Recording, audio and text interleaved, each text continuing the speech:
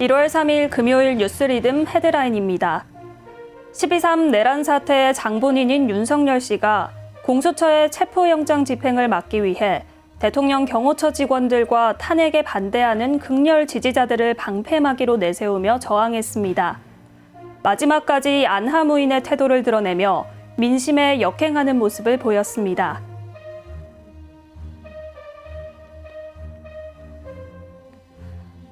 최상목 대통령 권한대행 부총리 겸 기획재정부 장관이 국회에서 선출한 헌법재판관 3명 중 2명을 지난달 31일 임명하면서 헌법재판소가 6인 체제에서 8인 체제가 됐습니다.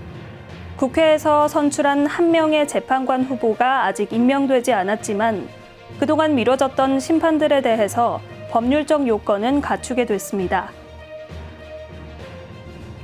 올해 경제정책 방향은 대외 불확실성이 가중되면서 통상환경 대응과 산업 경쟁력 강화에도 초점을 맞췄습니다. 다만 탄핵 정국 속 경제 수장이 재난 총괄까지 맡는 1인 4역으로 인해 정작 통상정책에 대한 구체적 내용은 부실하다는 지적도 나옵니다. 건전성 관리를 위해 공격적으로 채권을 발행해온 보험사들의 이자 걱정이 커졌습니다. 이일금융권에 따르면 국내 생명손해보험사가 지난해 발행한 후순위 채권은 총 8조 1,850억 원에 달합니다.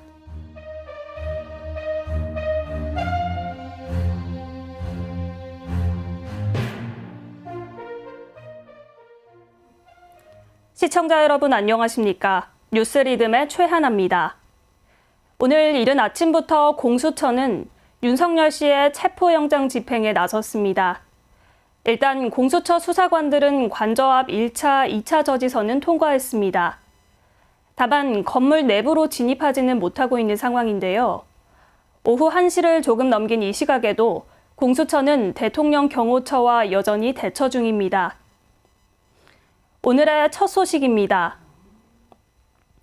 12.3 내란 사태의 장본인인 윤석열 씨가 공수처의 체포영장 집행을 막기 위해 대통령 경호처 직원들과 탄핵에 반대하는 극렬 지지자들을 방패막이로 내세우며 저항했습니다. 내란 사태에 대한 책임을 지겠다는 사과와 반성 없이 오히려 마지막까지 안하무인의 태도를 드러내며 민심에 역행하는 모습을 보였습니다. 차철우 기자의 보도입니다. 12.3 친위 쿠데타를 일으킨 윤석열 씨가 공수처의 체포영장 집행을 막기 위해 대통령 경호처 직원들과 극렬 지지자들을 방패막이로 내세우며 저항하고 있습니다. 내란 사태에 대한 책임을 지겠다는 말과 달리 반성 없이 마지막까지 안하무인의 태도를 드러내며 민심에 역행하는 모습을 보인 겁니다. 경호처가 대통령 안위에 위해가 되는 상황으로 판단한다면 공수처의 관저 진입까지 막을 것으로 전망됩니다. 지난 1일 밤 윤 씨는 지지자들에게 메시지를 보냈는데요. 상황 전개에 따라 경찰과 경호처, 지지자들 간의 물리적 충돌이 불가피해 보입니다.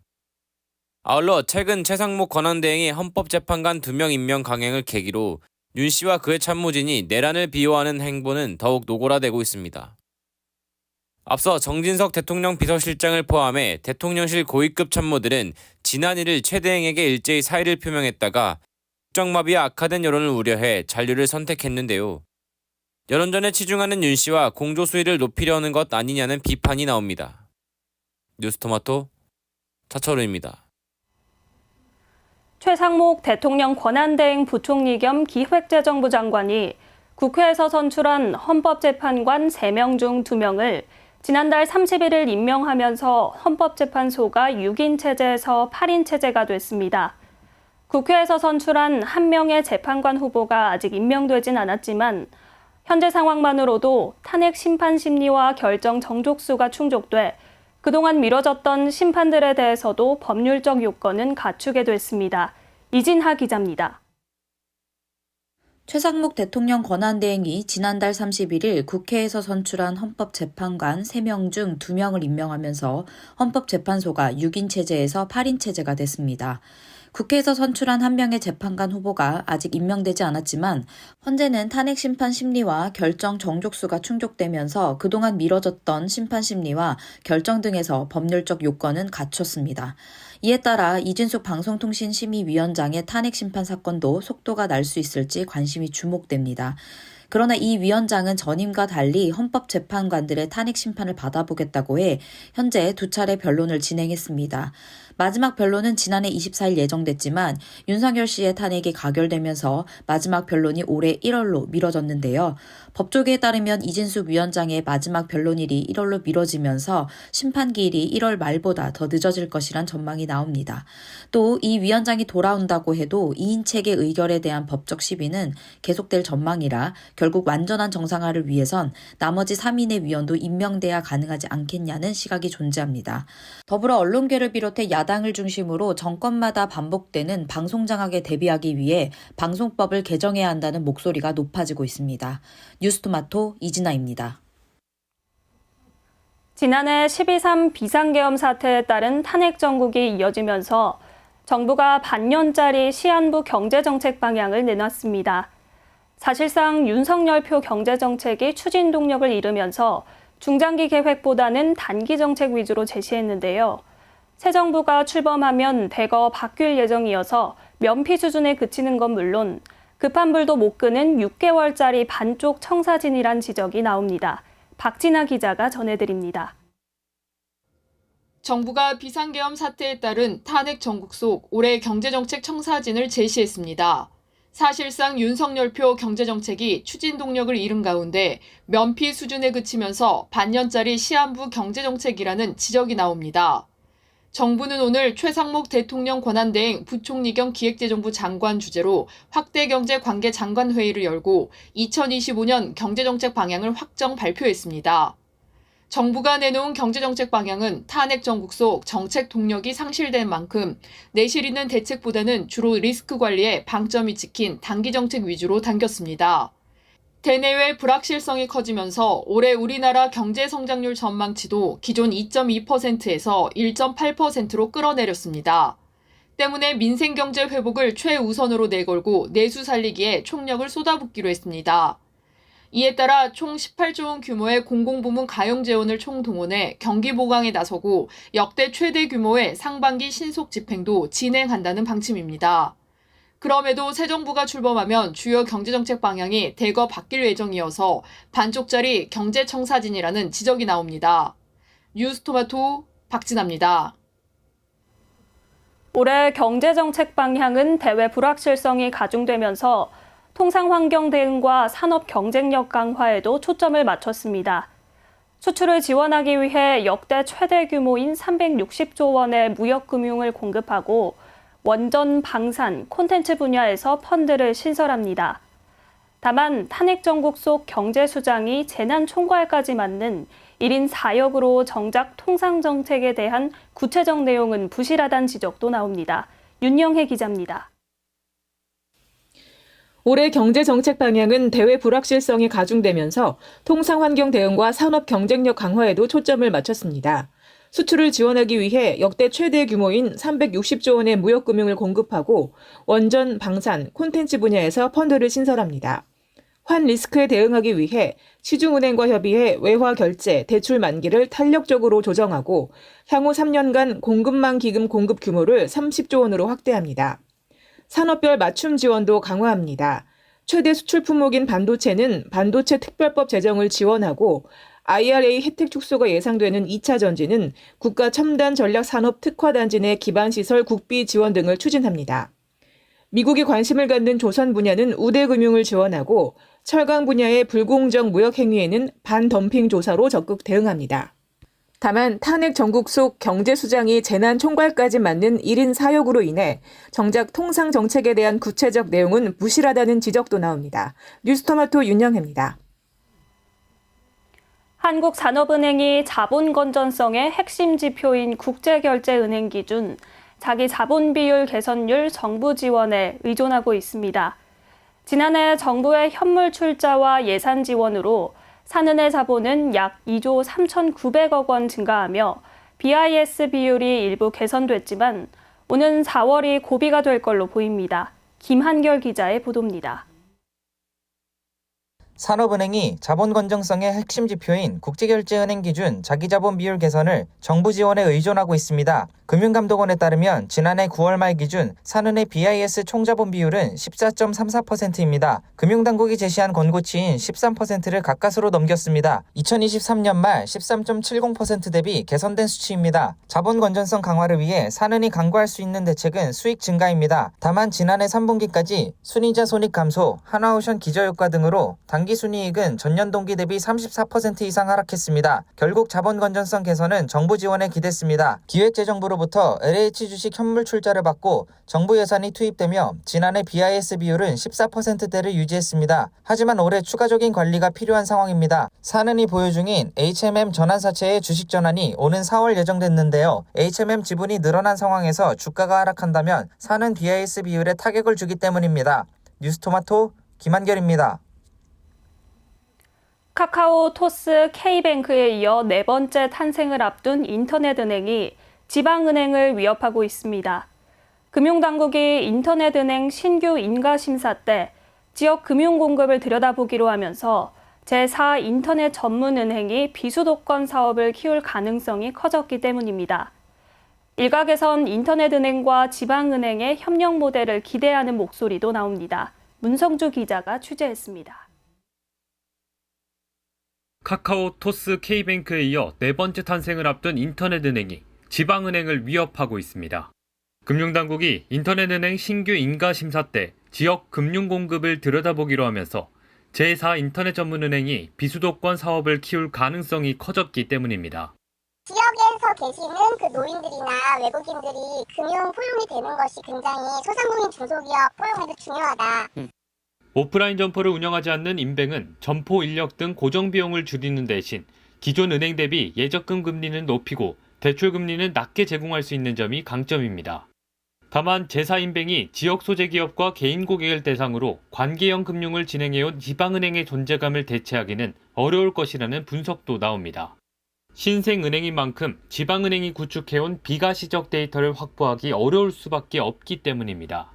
한편 지방은행은 지역 소재 은행임에도 불구하고 금리 부문에서 시중은행이나 인뱅과 비교해도 경쟁력이 떨어지는 상황입니다. 또 접근성이 떨어지는 점도 지방은행이 풀어야 할 숙제로 꼽힙니다. 뉴스토마토 문성주입니다. 전성기를 되찾은 BMW가 2년 연속 수입차 왕좌 자리를 차지할 걸로 예측되면서 만년 수입차 1위로 인식돼 온 메르세데스 벤츠의 아성이 점점 흔들리고 있습니다. 지난해 수입차 판매 순위를 전기차가 갈랐던 만큼 올해도 전기차 판매가 순위를 좌우할 거란 전망이 나옵니다. 표진수 기자입니다. 전성기를 되찾은 BMW가 2년 연속 수입차 왕좌 자리를 차지할 것으로 전망되고 있습니다. 이일 한국 수입 자동차 협회에 따르면 올해 1월에서 11월 누적 판매에 BMW가 벤츠를 앞선 것으로 집계됐습니다. BMW는 올해 초부터 꾸준하게 수입차 판매 1위를 기록하며 승승장구했습니다. 벤츠도 BMW의 판매량 역전에 성공하며 뒤쫓았지만 결국 BMW가 수입차 왕좌 타이틀 방어에 성공할 것으로 전망되고 있습니다. 벤츠의 아성이 무너진 데는 전기차 판매가 저조하면서 생겼다는 분석이 나옵니다. 업계에서는 지난해 8월 벤츠 화재 사고 이후 전기차 판매가 급감했다고 보고 있습니다. 올해도 전기차가 수입차 판매 순위를 가를 것이라는 전망이 나옵니다. 뉴스토마토 표진수입니다. 트럼프 2기 출범, 탄핵 정국 등과 같은 국내외 정치적 변수로 인한 경기 불확실성이 커진 상황에서도 증권사 최고 경영자들은 지속 성장을 외쳤습니다. 미래에셋증권과 한국투자증권 등 초대형 투자은행들은 전사적인 글로벌 시장 진출을 가속화한다는 계획입니다. 이보라 기자가 보도합니다. 경기 불확실성이 커진 상황에서도 증권사 최고 경영자들이 지속 성장을 외쳤습니다. 미래에셋증권은 글로벌 자산 관리와 연금 비즈니스를 중점적으로 추진하겠다고 밝혔습니다. 아울러 기업금융과 자기자본 투자 수익을 강화해 회사의 수익 레벨을 끌어올리겠다고 했습니다. 한국투자증권은 아시아 1위 증권사로 발돋움하겠다는 목표를 제시했습니다. 사업 모델과 내부 통제, 고객 관리 등에서 차별성을 확보해야 한다고 강조했습니다. NH투자증권은 글로벌 금융위기 수준의 위기의식이 팽배한 상황이라며 경기 불확실성을 벗어날 순 없지만 지속적으로 성장하는 회사를 만드는 목표에 역량을 집중하겠다고 밝혔습니다. 증권사들은 아울러 시장 확대와 지속 성장을 주문하면서도 잦은 금융사고와 불안전 판매 등을 의식한 듯 내부 통제 강화와 리스크 관리를 통한 고객 보호도 강조했습니다. 뉴스토마토 이보라입니다. 건전성 관리를 위해 공격적으로 채권을 발행해온 보험사들의 이자 걱정이 커졌습니다. 2일 금융권에 따르면 국내 생명손해보험사가 지난해 발행한 후순위 채권은 총 8조 1,850억 원에 달합니다. 전년 대비 159.5% 급증했습니다. 윤민영 기자입니다. 건전성 관리를 위해 공격적으로 채권을 발행해온 보험사들의 이자 걱정이 커졌습니다. 2일 금융권에 따르면 국내 보험사들이 지난해 발행한 후순위 채권은 총 8조 1,850억 원으로 전년 대비 159.5% 급증했습니다. 올해도 보험사들의 채권 발행은 지속될 것으로 전망됩니다. 문제는 보험사가 이자로 지급해야 하는 비용이 늘어난다는 점입니다. 보험사들이 내야 할 이자는 채권 만기일과 신용 등급에 따라 적게는 4%대 중반부터 시작해 10%대로 다양합니다. 한국은행 경제통계시스템상 국고채 10년물의 시장금리는 2019년 1.7%에서 2024년 3.118%로 2배 가까이 늘었습니다. 지난해 금리는 기준금리 인하 효과로 소폭 낮아졌지만 대내외 경제가 불확실하고 여전히 고금리가 지속되면서 보험사들의 부담은 큰 상태입니다. 보험사들이 채권을 발행하는 이유는 자본 확충으로 건전성 비율을 방어하기 위한 것입니다. 보통 보험사들은 금리 하락기나 환율이 높은 시기에 채권 발행을 진행합니다. 자본과 자산에 비해 부채 규모가 더 늘어나 지급 여력 비율이 하락하는 속도를 늦출 수 있기 때문입니다. 뉴스토마토 윤민영입니다. 제주항공 여객기 참사로 인해 중소여행사가 또다시 무너질 위기에 처했습니다. 코로나19 이후 수많은 도산을 겪었던 중소여행사들은 이번 참사로 제2의 코로나19 수준의 여파가 올 수 있다고 우려하고 있습니다. 시간이 지날수록 피해는 눈덩이처럼 불어나는데 대책에 대한 논의는 없어 위기감을 더 키우고 있습니다. 변소인 기자의 보도입니다. 제주항공 여객기 참사로 인해 중소여행사가 또다시 무너질 위기에 처했습니다. 시간이 지날수록 피해는 눈덩이처럼 불어나는데 대책에 대한 논의는 없어 위기감을 더 키우고 있습니다. 지난달 29일 발생한 제주항공 여객기 참사 여파로 여행 예약 고객들의 줄 취소가 이뤄지고 있습니다. 이에 따라 여행사들은 호텔, 차량에 대한 취소 수수료를 물고 있습니다. 특히 전라도와 광주 지역의 상황은 매우 심각합니다. 이들 지역의 여행사들은 오는 3월까지 대다수 여행 예약 상품이 취소된 상황입니다. 해당 지역 거점 공항인 무안국제공항의 재개 시기가 불투명한 상황에서 이 공항을 이용하는 여행 상품은 휴지 조각이 됐습니다. 수많은 희생자가 발생하면서 새로운 여행 상품을 기획하기조차 어려운 분위기입니다. 중소여행사들은 이런 여파가 6개월 이상 지속될 것으로 내다보고 있습니다. 대한중소여행사연대는 이런 위기 상황에 정부의 지원책이 필요하다고 촉구합니다. 연대는 정책자금 지원, 직원급여 보조금, 대출 상환 유예 등 현실적인 지원 방안을 요구하고 있습니다. 뉴스토마토 변소인입니다. 인바운드 시장이 성장하고 자유여행이 트렌드로 자리 잡으면서 네이버와 카카오가 외국인 관광객 이용자 유치를 위해 관광 시 이용 가능한 서비스의 편의성을 강화하고 있습니다. 네이버는 최근 방한 외국인 관광객을 위한 네이버 지도 활용 가이드를 공개했습니다. 카카오는 서울관광재단과 K라이드 업무 협약을 체결하는 카카오 T 렌터카 대여 과정을 간소화했습니다. 신상민 기자입니다. 지도와 모빌리티 서비스는 외국인이 한국을 관광할 때 사용한다면 유용할 대표적 서비스인데요. 네이버와 카카오가 외국인 관광객을 염두에 두고 자사 서비스의 편의성을 앞다퉈 강화하고 있습니다. 네이버는 방한 외국인 관광객이 네이버 지도를 활용해 여행을 즐길 수 있도록 네이버 지도 활용 가이드 페이지를 최근 오픈했습니다. 네이버 지도는 한국어, 영어, 중국어, 일본어 4개 언어를 지원해 외국인 사용자에게 한국 여행 필수 웹으로 자리매김하고 있습니다. 네이버 지도의 일간 활성 사용자는 지난해 9월 기준 전년 동기 대비 26% 증가했습니다. 카카오 모빌리티는 지난해 12월 서울관광재단과 업무 협약을 체결해 축제 방문 관련 편의 서비스를 제공하는가 한편 지난달 20일엔 외국인이 카카오티 웹을 통해 렌트카를 대여하는 과정을 간소화했습니다. 이처럼 외국인을 대상으로 편의성 강화에 나서는 이유는 시장의 성장성 때문입니다. 지난해 11월까지 누적 외국인 관광객은 직전 연도 같은 기간보다 51% 증가하며 인바운드 관광이 빠르게 성장 중입니다. 뉴스토마토 신상맨입니다. 루카곤 유사 펩타이드 계열의 비만 당뇨 치료제가 올해 가장 주목받는 신약이 될 거란 전망이 나왔습니다. 올해 바이오 벤처 캐피털 투자는 GLP-1 AI 신약 개발사와 임상 이상의 연구 데이터를 확보한 기업에 집중적으로 이뤄질 걸로 보입니다. 이혜현 기자가 취재했습니다. GLP-1 계열의 비만 당뇨 치료제가 올해 가장 주목받는 신약이 될 것이라는 전망이 나왔습니다. 한국바이오협회 바이오경제연구센터가 분석한 글로벌 금융 데이터 서비스 기업 피치북의 보고서에 따르면 올해 바이오 벤처캐피털 투자는 GLP-1 계열의 치료제와 AI 신약 개발사에 집중적으로 이뤄질 것이라고 예상했습니다. GLP-1 계열의 비만 당뇨 신약이 글로벌 트렌드로 부상하고 있는 상황에서 국내 개발사와 임상 진행 상황에 대한 관심도 높아지고 있습니다. 개발 속도는 주사 제형이 가장 빠릅니다. HK-인후에는 지난해 5월 중국 사이드윈드 바이오사이언스로부터 도입한 GLP-1 계열의 신약 후보 물질에 대한 임상 3상 시험 계획 승인 신청을 식품의약품안전처에 제출했다고 공시했습니다. 한미약품은 내년 하반기 출시를 목표로 임상 3상이 진행 중인 에페글렌아타이드를 핵심 신약 파이프라인으로 밀고 있습니다.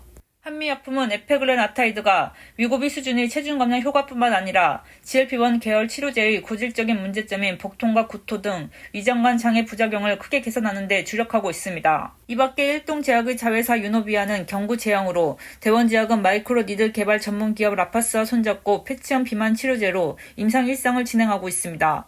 뉴스토마토 이현입니다. 그라비티는 2024년 3분기 영업이익 276억 원을 기록했습니다. 이는 전년 동기 379억 원보다 약 100억 원 줄어든 수치입니다. 하지만 중국 진출 확대와 신작 출시로 올해는 우상향을 노리고 있습니다. 이범종 기자의 보도입니다. 그라비티가 중국 판호 발급과 플랫폼 장르 다각화로 재도약에 나섭니다. 그라비티의 2024년 3분기 영업이익은 276억 원으로 전년 동기보다 약 100억 원이 줄었지만 최근 중국에서 라그나로크 리버스로 6번째 판호를 발급받아 현지 공략 발판을 넓혔습니다. 이 밖에 콘솔 PC 추리 게임 사이코데믹 특수수사사건부 엑스파일을 전 세계 출시한 데 이어 라그나로크 시리즈 등 다양한 장르와 플랫폼으로 신작 출시를 이어갈 예정입니다. 뉴스토마토 이범종입니다. 오늘 오후 2시 헌법재판소에서 두 번째 변론기일 준비일이 열립니다. 윤씨 측에선 대리인이 출석하는데요. 탄핵 사유에 관한 구체적 입장을 밝힐 전망입니다. 이런 준비 절차들을 거친 뒤 이달 중순쯤엔 본격적인 변론에 들어갈 걸로 보입니다. 1월 3일 금요일 뉴스 리듬은 여기까지입니다. 시청해주신 여러분 고맙습니다.